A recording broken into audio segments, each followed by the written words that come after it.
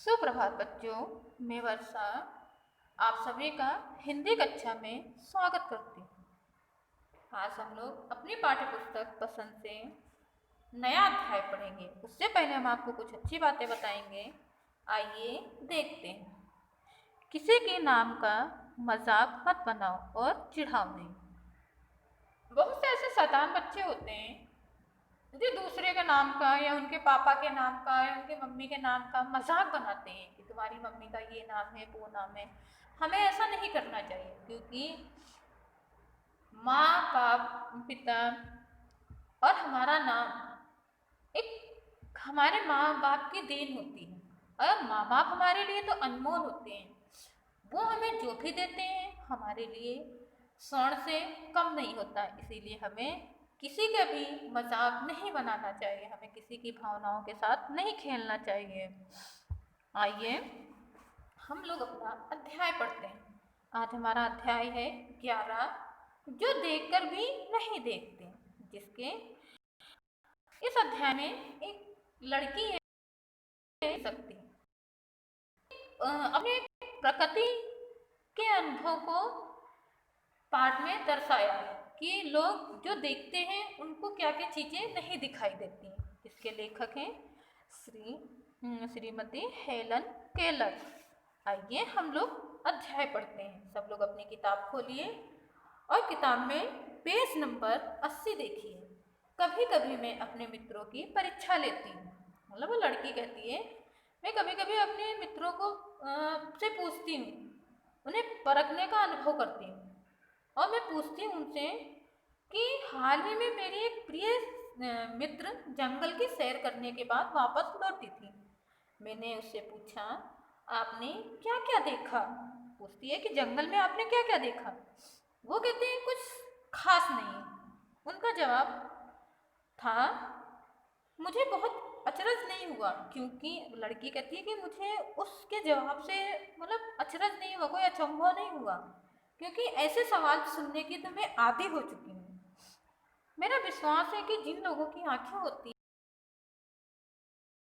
है, मतलब उनको अच्छी चीजें नहीं दिखाई देती, उनको वो चीजें जो हमारी अच्छी है वो चीजें नहीं दिखाई देती, उनको वो चीजें दिखाई देती हैं।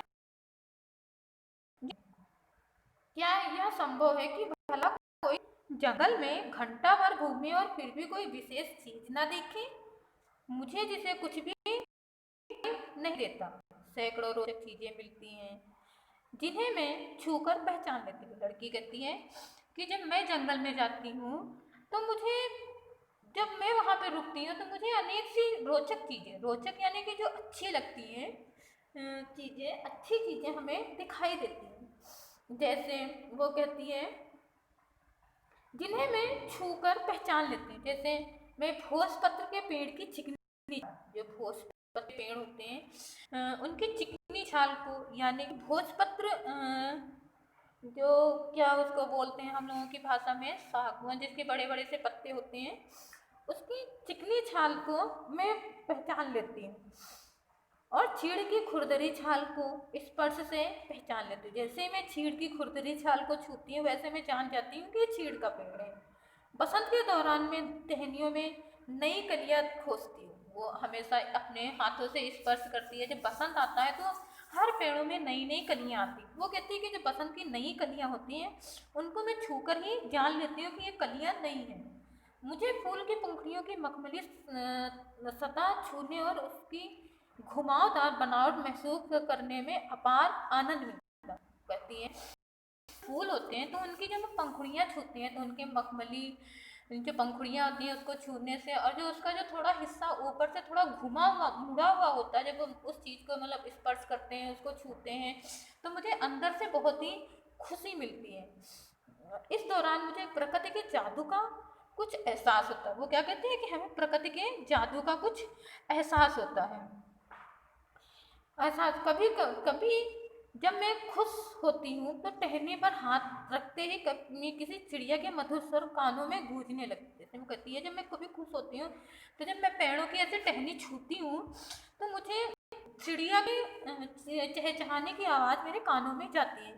अपनी उंगलियों के बीच झरने के पानी को बहते हुए महसूस कर मैं आनंदित होती हूँ। जब हम लोग कभी घूमने जाते हैं तो नदियाँ होती हैं या झरने होते हैं, तो उनके पानी को जब हम हाथों से हम छूते हैं तो एक अलग से ये खुशी मिलती है।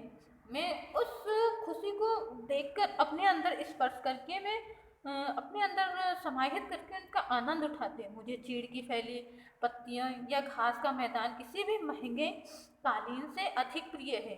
कहती है कि हमें महंगे कालीन नहीं चाहिए, मतलब महंगे जो घास होती है, मखमली घास होती है, वो हमें मखमली गद्दों से भी ज़्यादा बेशकीमती लगती है। बदलते हुए मौसम का समा मेरे जीवन में एक नया रंग और खुशियाँ भर देता है। जब मौसम बदलता है तो उसके जीवन को खुशियों से भर देता है। कभी कभी मेरा दिल इन सब चीज़ों को देखने के लिए मचल उठता है। अगर मुझे, वो कहती है कि मेरी अगर आंखें होती तो मैं जब मैं इन सब चीज़ों को स्पर्श करके इतना मतलब खुश आनंदित महसूस करती हूँ, अगर मैं इनको देख पाती तो मैं कितना खुश होती। तो उनकी सुंदरता देखकर तो मेरा मन मुग्ध ही हो जाएगा। परंतु जिन लोगों की आंखें हैं वे सचमुच बहुत कम देखते हैं। इस दुनिया के अलग अलग सुंदर रंग उनकी संवेदना को नहीं छूते। मनुष्य अपनी क्षमताओं की कभी कदर नहीं करता। लड़की कहती है कि मनुष्य की क्षमताओं का कभी भी सीमित नहीं होती। वो अपनी क्षमताओं को कभी कभी उनकी कदर नहीं करता। वह हमेशा उस चीज़ की आस लगाए रहता है जो उसके पास नहीं होती है।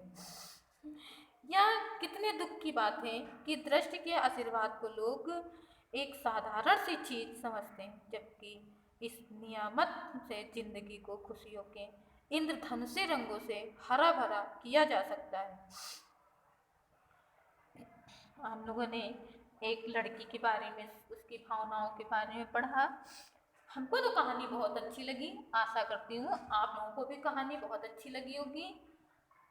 इसके प्रश्न उत्तर हम अगले वीडियो में करेंगे। धन्यवाद।